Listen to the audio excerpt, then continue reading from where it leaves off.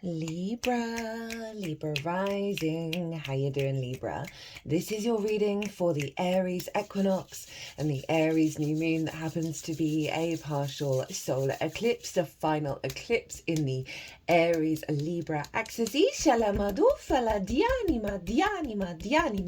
My name's Chloe. I work with card divination, astrology, and as you just heard, and as you can see, I channel multi-dimensional energies through my body, both in the form of physical and vocal light language.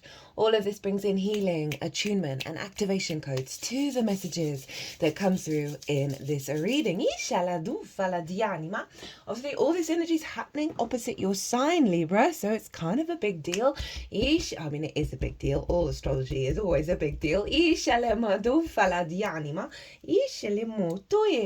So I'm going to be pulling cards for the Aries equinox energy. That's energy that takes us up to the Cancer solstice. And I'm also going to be pulling a couple of cards on the intention of this eclipse for you, my loves, as well as 2 oracle cards right at the end of the reading. Now, I'll read for the rising signs. For those of you who do not have Libra in the first house, look to the house it does fall in, look to the themes of that house, and you want to apply those themes along with all the other meaning you've got going on in the sign of Libra to the messages that come through, because it will be as if that Libra energy, wherever it falls in your natal chart, has now energetically moved to the first house. So the astrology for the rising sign will always still link in. You've just got to add on your own natal chart meaning on top of it. For example, I've got Libra in the 3rd, so I'd apply the themes of the 3rd, and I've got the asteroid Juno there, so I'd bring in the Juno energy as well to what comes through in this reading. As always, take what resonates, leave what doesn't. So let's get into it. That Aries equinox, every year you get a huge energetic boost in the sign of Aries. Ooh, okay. And where is this happening for you? Well, this is in your 7th house, the house of the other. Right, this is one-on-one, important, committed relationships in your life, right? This can be business partner, one-on-one client, your therapist, near and dear friends, long-term committed romantic relationships, as well as your relationship with Source. The 7th house is very powerful. It's opposite your sign, Libra, the house of the self, right? How you embody yourself, how you see yourself. And so often that sense of self can get distorted by the other, right? We can it can really affect who we are and how we show up, and that can often be because of some deep-rooted distortions around commitment, around intimacy. Okay, you got whoa, oh no, I've seen all of these cards. This is wild. And of all the signs doing this part of the reading for the Aries equinox, the cards have been so resistant and they have come out immediately. So the 7th house can be how we understand ourselves in regards to the other, how the other shows up, how we show up, what with the other, what we're drawn to in the other. So every year, and I'm focusing on the northern hemisphere, southern hemisphere, just reverse it. You're in the yin part of the year. It's an inner withdrawal. Here in the northern hemisphere, yang energy, go, go, go. Equal day, equal night. The days are now longer. The sun has taken over for the next 6 months. That yang outward expression, the activation energy, the earth energy lines are getting vibrant with fertility. You can see spring is definitely springing, new life, new creation energy, new manifestation. So every year you get a boost in your 7th house. Right, and this can be a boost in the relationships that you have, a boost in your understanding of self, a reconnection back to an alignment with Source. I find transits in the 7th often are you're just completely in sync with Source. It's not a back and forth, it's just a pure alignment. So you've got this big vibrant energy that's coming in for you, and so we're going to see what's the most integrated. Oh, that reminds me, I've done a collective reading on the spring equinox, the Aries equinox, and on the Aries moon, where I go into the astrology in way more detail. Also pulled collective tarot cards for both of those, and some big channeling came through, and a particular channeling that I've not had on this channel in quite that way. And not surprising, Aries instigates Itala di anima. Now, the only bit of astrology I'm going to talk about in this reading in regards to the Aries equinox is the moon was over in Sagittarius, trining the sun. So this is beautiful, big fire energy, but also the alignment, the trine, which is a Jupiter aspect, free flowing energy, both fire, both yang. So they really like are in that flow state, Itala di anima, around our instincts, our passion, our courage, our independence. Itala di scelimodoela di anima. So the moon was over in your third house of communication. Right, how you find meaning in the day-to-day. I find the third house is the gateway to enlightenment, because if you can find a deep meaning in the washing up, you're going to see that show up everywhere. It is your local community, it's the walk to the shop, it is the day-to-day kind of stuff, as well as the lens in which you communicate through. So we've got the moon there, really pushing you into new territory, intuitive territory around how you find meaning, around how you communicate. And this is in alignment with the other, right? So this could see very intuitive conversations with one-on-one interactions, whether that's your lover, whether it's clients, whether it's source. You're getting a lot of intuitive downloads, a lot of upgrades around what brings you nourishment in the day-to-day. And so you may see two prongs with this. One, old patterns around the other that may have blocked your communication, may have my hands keep wanting to sort of grip around my throat, right? Itala di shall eat. Oh, some codes coming in. Eat. Anima.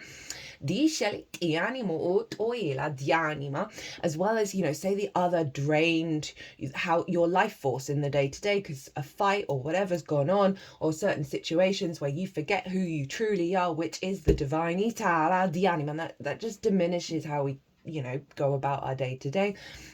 I can see the moon really helping you navigate away from that, and the sun, you're getting a lot of vision, a lot of downloads, a lot of activations of what the other really means to you and what you're now intuitively drawn to. So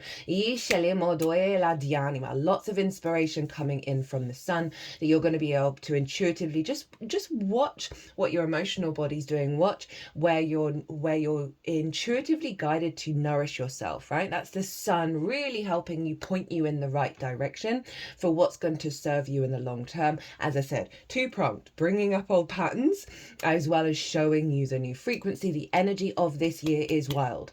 The work, the soul retrieval work that we do this year, the integration, the shadow work is profound. We're in a year 9. It's a wood snake, so it's peeling back the layers of the shedding of the skin, and we're having astrology that we have not had in our lifetime and many thousands of years, right? Neptune, I'll get to Neptune, is moving into Aries the day after the eclipse. So wild stuff. We've got 2 retrogrades going on in Aries. Venus has just moved back into Pisces, but at the time of the Aries equinox, she was in Aries along with Mercury. So there's a back and forth, right? There's a back and forth from the past to the future, and bringing depth and nuance and deepening your understanding. Okay, well, what is the other to me? What is commitment to me? What is this? How, you know, sometimes we can really run away from it, even though we desire it fully. Right? It is a fresh. The readings so far have been wild. The universe is really letting us know we are going through a huge karmic clearing this year and activating the honoring of the I am. The autonomy, the agency, the passion, the drive. Right.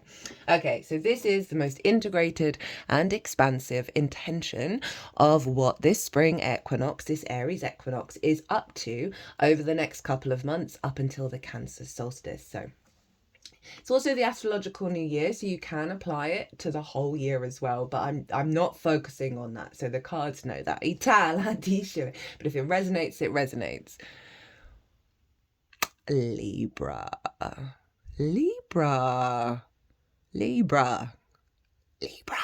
Look at it. Look. 10 of Cups. So the intention. Now, I can see with this card some big karmic wounds coming up, right? I know it's really positive and it's really brilliant, but because of that, because this is about the external outward manifestation of your emotional desires in a healthy union type way, right? We've got two pairs here. Itala dice le moduela di anima. So we can so with that, I can see like some gunk coming out, right? To get you to this space. It's also going to be showing you this energy as well. This is what you're stepping into. And as I said, there's two pairs of twos here. So there's a real sense of an activation of union and an elevated commitment to union in your life, right? Whether that's clients coming in, whether that's you feeling really good with a close friend, you feeling deeply connected with source, and source is showing up, life is showing up external to you that's saying reciprocity, that's saying union, that's saying collaboration. Now, this is the nuclear family, and for some of you that's very relevant for the 7th house because it is linked into sort of more marriages, more one-on-one relationships that involve a level of contract, right? Because contracts are the 7th house. But that is so incredibly powerful for a 7th house transit, right? And really helping also, if we think about the 3rd house where the moon is, of finding meaning in the day-to-day, seeing your internal gratitude, your eternal abundance expressing itself in the outside world. So when you walk to the shop, feeling good, right? Feeling that sense of joy of existence. Now, you've got a bonus card. We're also going to get the card at the bottom of the deck. Now, this is about what to amplify, what to embody, what energy, what frequency to work with over the next couple of months that's going to facilitate this 10 of Cups. We have the 3 of Wands, Sun in Aries, and the Strength card, the other fire sign. So you kind of got a big link up between the 3 fire signs with that moon being in Sagittarius. So 3 of Wands, they are wanting you to scrap the past. Because this figure is embarking on a new journey and they're on top of a cliff representing they have the higher ground. The energy I tap into with this card, and it's one of my cards that I channel and embody myself, is show up and do the best that you can.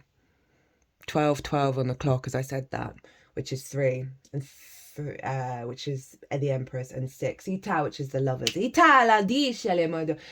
Don't look to old patterns, right? Do when they come up and know that they're being released, but don't try and release from your mind expectations and assumptions of the past. This is a real clear the decks, show up, be present, and know that when you do the best that you can, things will unfold around you. This is not a worrying, this is not a planning card, this is a confident card. The sun is exalted in Aries. And then we've got it with the Strength card. Now this is all about love and kindness. This is about the openness of our instinctive side to connect to our higher self, and our higher self to work with the 3D realms.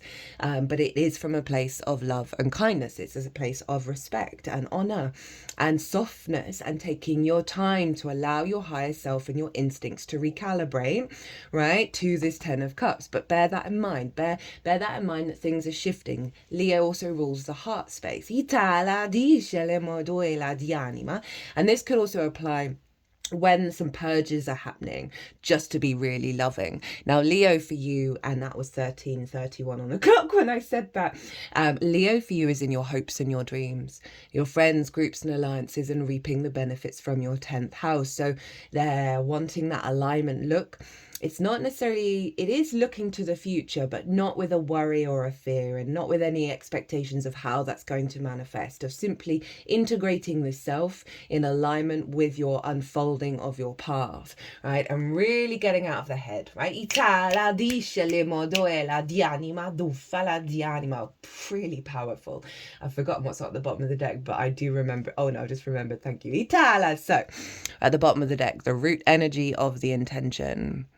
We got the 4 of Wands, celebration. This is milestone energy. There's an upgrade of commitment coming into your life, whether it's new people or people in your life already. Always remember when people, you sort of disconnect from people or things fall away, it's because you don't have that soul contract with them anymore, right? And honor the path of everybody, honor the I am of everybody, and be honoring of your own path, right? But this is a big milestone, big celebration energy. It's also about working together with others, because I link it into the harvest, right? And the harvest takes a while to get to, right? You've got to put the work in, you've got to put the effort in, but it is about collaborating and working together and the harvest coming in. So, you know, I'm not surprised you've got these cards, given that, and we've got the Chariot underneath that, which is your life path, right? So this can also be about clients. This can be about work energy, of you feeling very connected one-on-one when you're at work, or there's some project you've been doing with friend, or like one-on-one with a friend, you're taking it to a group and you're really celebrating it.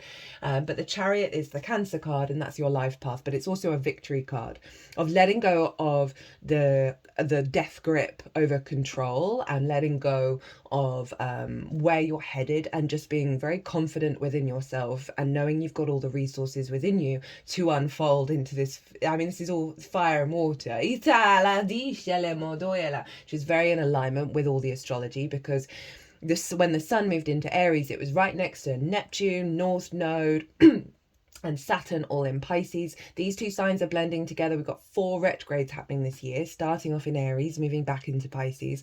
Very in alignment. And Libra, regulars, you know, I've been banging on at you for ages. If your relationships don't work, 6th house Pisces, if there is no collaboration and reciprocity, they are going to fall away or upgrade, right? But you've got to hold on to the fact that of what do you want? How do you want to work with somebody, right? And so that's that Pisces energy. But really positive energy, really positive experience going on here. That's going to lead you to a sense of celebration, right? And whether that's linked into your hopes and your dreams, or how you find meaning in the day-to-day, or the other, there's a lot of fire here that is in alignment with your, how you work, how you embody your work, and how you manifest in the 3D world, with that water at the root of it. Right, this eclipse, what's going on with this eclipse? So this is actually happening tomorrow morning. I'm recording this on Venus's day, very appropriate for you, Libra, because you are ruled by Venus. Now, Venus will have moved into Pisces. Well, she's moved into Pisces already. So this is bringing in that work energy into this moon, of the 6th house of how you work, physical health, routines, co-workers, and therefore collaboration, and pets and acts of service. If we don't understand how we work, how are we supposed to show up with the other? How are we supposed to know and communicate what works for us? Oh, we had a flipper. When did that happen? No,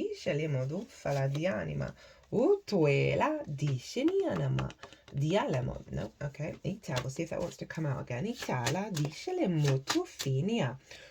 Yeah, and it was another 4, so I do wonder if it was over here. It's the 4 of Pentacles, of you being in your power, right, of manifesting.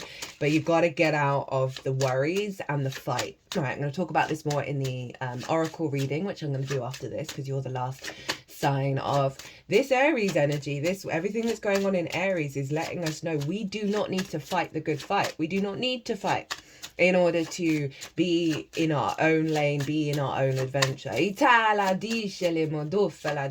Anyway, right, Aries, eclipse. So I've talked a lot about the Aries energy already, right, in the 7th house. And now we've got a new moon here. So big new cycle around your understanding of the other, your interaction with the other. So as I said, it's the last of the Aries Libra axis. And obviously the South Node was in your sign, Libra. You went through a profound transformative energy of releasing and letting go of who you think you are, and stripping yourself bare to condense that pure Libra energy in all its magnificence. Now I'm going to talk about Mars, because Mars rules Aries, and you can apply what I'm about to say to the spring equinox energy. Is Mars is influencing Aries at all times, and Mars is over in Cancer, and we got that Chariot card of your life path, your career, your visibility, your reputation, right? How the big outside world sees you. Now, career doesn't have to be life path, it can just facilitate it. Ooh, okay. And Mars is there making a trine with Saturn over in Pisces around work, how you understand things. You know, Mars is our motivation, our drive, our action, our instincts to get up and go and do the damn thing. Saturn's all about commitment, responsibility, integrity, right? Your long-term legacy. And they are both making a trine to Vesta over in your second house of your skills and your tools, right? Of how you manifest and bring in regular income, the things that you value, and most importantly, how you value yourself. So we can apply all of this. These are all your work houses that are being activated. How you manifest in the 3D world is... Oh, I want to do all of those cards. I'm going to do all of those cards. You are my last sign. And I should have done you sooner because this is happening opposite you. So all that manifestation energy, all that work energy, like how you build in the 3D world, is funneling into the 7th. So we can apply this to a long-term committed romantic relationship, bringing in relationships that work and actually manifest and move forwards. We can bring this into, say, you work one-on-one with people in the way that you work, of really elevating your commitment. I forgot to talk about what Vesta's all about, right? Vesta is always, whenever she's transiting, is reorientating us back to our original soul contract. She's stripping down all the clutter of the splits in all the contracts, right? We do one contract, that splits into another one, and all they splinter off everywhere. She pulls all that energy back, right? And she gets us back to the truth of our inherent soul contract, wherever she is. And that's in how you value yourself, how you manifest, how you create. And so often our one-on-one relationships are so distorted by our lack of value, right? It's a collective energy that we're working through. And this is a very empowering frequency that's funneling into this moon of it's got to work. And it's got to serve the long-term goals, right? And as I said, this could be you manifesting more clients or a business partner, as well as getting really in alignment with source of how you manifest in the 3D world. Right, let's look. This is the most integrated and expansive intention of what this eclipse is up to. And the reason why I tap into this energy for transits is because you can then, it's like a zoomed out perspective that you can then apply to all the nuances that are going on in your life, right? Good, bad, beautiful and ugly, of going, hold up, breathe. What card was that? That's the root intention. What does that mean to me? How do you get that perspective and find the wisdom in what's going on? And we have the big guns coming out. We've got Saturn. We've got the last major arcana, the world. Know thyself and the world will open up to you. So it is bringing you in alignment with the self that is then going to open up pathways with relationships that are more aligned with that soul energy, with that true honoring of the I am. Because the more that we know ourselves, the more we clear the clutter energetically, right? We can project what we need onto the other. We can project distortions of self because of the other. And this card coming up is saying, we're clearing that out. It's going to clear that out over the next 6 months up until the Aries full moon in your season, Libra. And the more that that's happening, so you can see big releases, big purges of in your energy field, the more you don't have to control or plan of how the other is showing up, how you're engaging with it. You're more in a flow state. You're more confident within yourself, right? And definitely new pathways. This could be career, friendship, love, source, all of the things. And Saturn's in Pisces, right? And, you know, as I said, like if those relationships aren't working, right? No. And this is doubling down on that of like, we gotta collaborate. We gotta work together. You know, your health can't be sacrificed. Your routines can't be sacrificed. There's a real sense of activation of maturity in you wanting to be the adult in the room for yourself and letting go of a lot of distortions around how the other affects you. This is also a level of commitment, right? A level of maturity coming in regards to how you operate with the other and how the other operates with you. But it's leading to expansion. The world is all about expansion, even though there's an element of completion there. I very rarely feel that very strongly when I'm working with that card. It feels like lift off. Right, so we got this card, and then we got some bonus cards of what to channel to help amplify the world. We got the Lovers. Hi, Gemini. But, you know, if we're looking at the house of the other, we've got two people here. And we've got the feminine, masculine, and spirit all in alignment, right? The Lovers card is actually about making choices at important moments in your life. So they're wanting you to focus on the long term of what's truly going to bring love into your life. So a lot of our relationships can be based on trauma bonds. I know the last person that I was genuinely in love with and had a commitment with, we had very similar relationships with our parental figures. Right? It was we were mirroring each other, and we worked through a lot of karmic stuff, and it was a really messy relationship. It was really effed up in the end, and I got a lot of closure on it from the other person eventually, but it was difficult, right? So, you know, this card feels like what I'm trying to say is be in observation of what your trauma bonds are in your life, right? Look back over past relationships, because this card wants you to think for the long term, with that mountain in the background of like, who can you trust to go climb that mountain? Who's got your back, right? Who's really genuinely there for you? This is Gemini. Gemini for you is in your 9th house of perspective. So through this journey, they're wanting you to and Jupiter's there. I love Jupiter in the 9th. Go check out the Jupiter and Gemini transit series if you feel so inclined. That's still very valid and very powerful. And Jupiter's going to move into your 10th in its favorite sign, which is Cancer.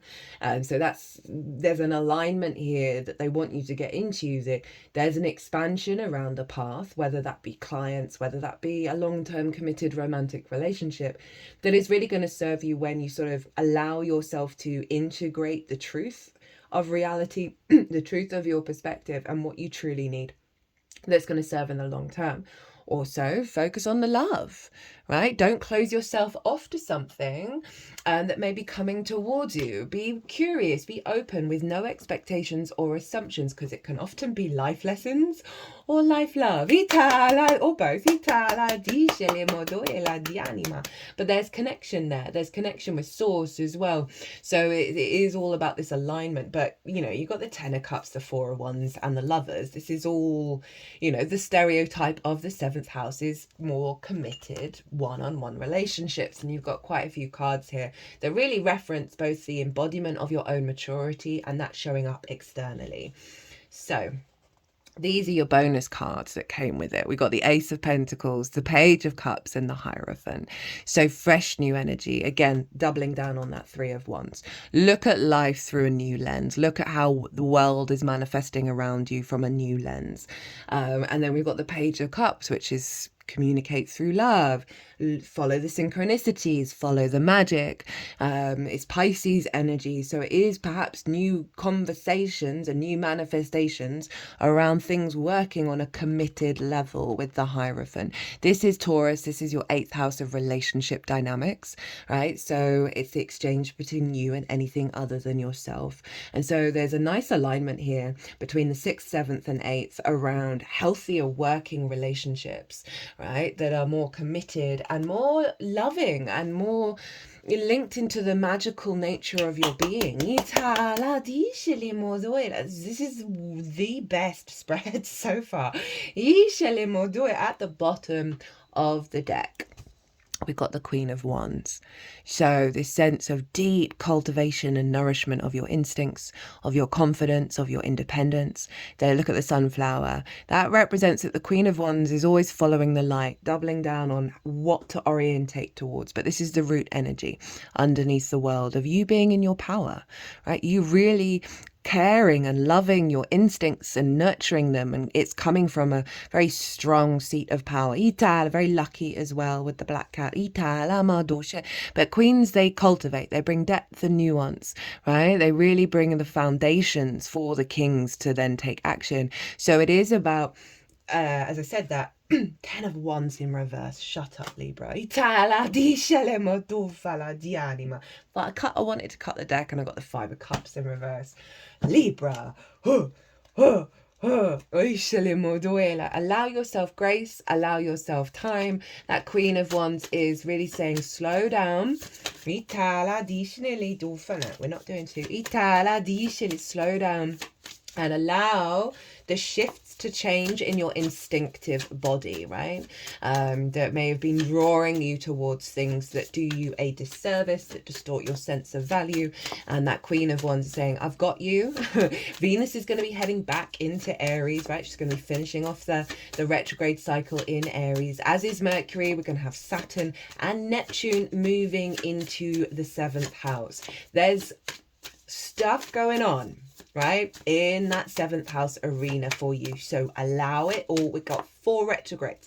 Allow it all to unfold this year. Know that there may be some huge karmic wounds popping up. I don't feel like it's heavy. I feel like we're able to transmute them very easily at the moment. Just know and zoom out and realize, okay, this is kind of the agenda of the year, from all that Pisces, Aries energy, the end and the beginning of the zodiac. We've also got a focal point on the Virgo South Node, which is in your 12th house of the unconscious responses, where trauma responses, limiting beliefs and distorted love languages can be. So this is the main focus of the year, right? And the other can influence us so much on that regard, and this feels like a huge vibe shift away from that. Oh, okay, they're giving me too many, so I'm going to do the other deck first. I've got a new deck. It's called The Hero's Journey. I bought it because of all this Aries energy. It's beautiful. I cannot recommend this deck enough. Itala di scele modo fala di anima. Utto enima di enimoto fienama. Ishale modoela di anima. Oh, there we go. Di scenema. Utto fini. Right, and one more from the animal spirit there, and that was one of the cards that came out with all the other cards, so that's cool to see. I feel called to do that one first. Let me just find it.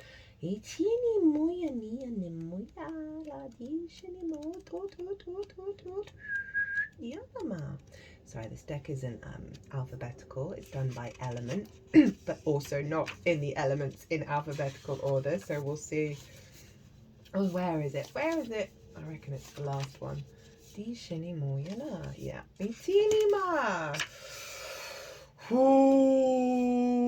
So this came out, I think, on the 2nd. Yeah, anyway. Wow. All-pervading power, truth seeker, transforms karma. Ding, ding, ding, ding, ding. The noble eagle emanates the light of the sun. This great bird is both physically and spiritually strong and represents mastery over the elements of fire and air. When the eagle appears, that's you and Aries, Libra. When the eagle appears, you'll soon be thrown into the karmic fire for the sake of your transformation. The eagle pushes us to be our best and brightest selves and stops at nothing to see us shine. Grasp the sun in your talons and hold on for the ride. You are stronger than you think, eagle child.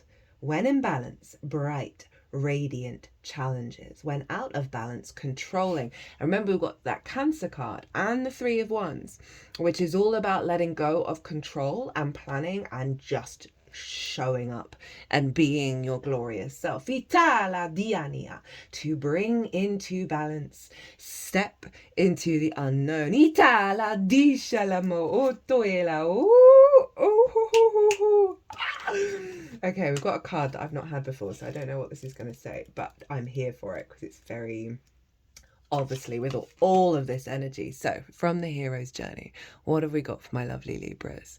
Ocean of emotion. Well, Hello, Pisces. Find a safe place to express your true feelings. And that ties in with that moon for the spring equinox energy being in your third house of communication. With the retrograde, we've got the Page of Cups as well. Healthier conversations, allowing yourself, your heart to open and be really honest with the other.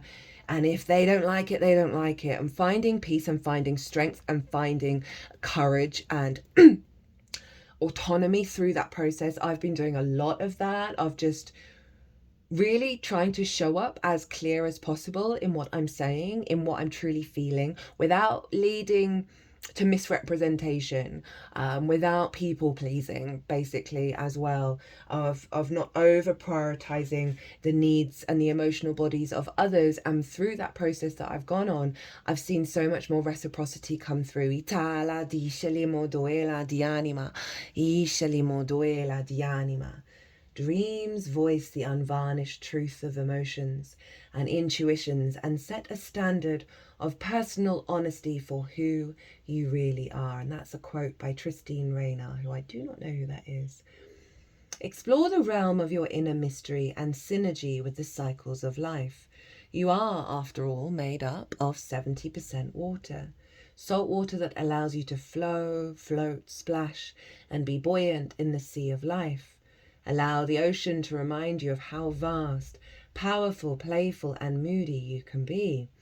As the ocean is the constant motion and associated, as the ocean is in constant motion and associated with the tides, it is a reminder of the ebb and flow of feminine energy. Consider your emotions to be your allies, informants, and friends. If you allow them, and this is that grand water trine, right, where we're integrating all that water energy, elevating it, bringing in a deeper wisdom, a deeper perspective, and with that comes confidence and more abundance. In how you manifest in the world, and really, being true to that emotional body without falling and drowning in the ocean, right? If you allow them, they will always lead you to the most magnificent treasure chest at the bottom of your ocean floor. Dream symbol, ocean. Dreams of the ocean are often a message to go with the flow, right? So that's you swimming to the bottom of the ocean and not drowning, right? Because there's a real level of sovereignty and autonomy in this reading that feels very powerful in your capacity to really harness this. These dreams can reflect your relationship with the feminine mystery. They can also support you towards becoming masterful in the domain of emotions. This dream may be a message to more fully explore and experience your feelings. Cry, laugh, yell into a pillow, or howl at the full moon with the goal of having your feelings without them, having you and sweeping you off. Oh my goodness. I'm going to read that again. Cry, laugh, yell into a pillow, or howl at the moon with the goal of having your feelings without them having you and sweeping you off to sea. Mantra: with each emotional wave I experience, I discover more of my inner treasure. Ooh, let's see what's at the bottom of the deck for that one. Itala, North Star, flip your inner switch, your inner light switch. Right, North Node. Itala di scelimo duela di anima. Right, this moon is conjunct the North Node, and that North Node's in Pisces. It's got to work, right? It's got to work. You've got to be in this position. Well, it's wanting to bring in a position where your light doesn't turn off. Itala di animo toena. In when you're with the other. Itala di scelimoto fiela. Right, my loves, my lovely Libras. I'm going to leave this reading here. Such an honor and a privilege to read for you. I'm sending you all of my love. It just brings me so much joy. If you want a personal reading, whether it's based on the spring equinox energy or this eclipse cycle or anything at all, my website is everywhere. If you want to pay by PayPal, email me directly. But Libra, what an absolute joy of a spread. I genuinely just feel very powerful. I do feel like there's stuff that's coming up, but it's almost like, yeah, cool, great. I'm glad that's coming out. I'm over it. But it's not about denying those emotions, and I like that last card coming up as well, because it's like through that process of honoring those experiences rather than suppressing and hiding from them with that Page of Cups, you are then able to, and the Strength card, be more vulnerable without losing your power. Right, my loves, my lovely Libras, be good to yourselves, be good to those around you, safe travels, and be well until we meet again.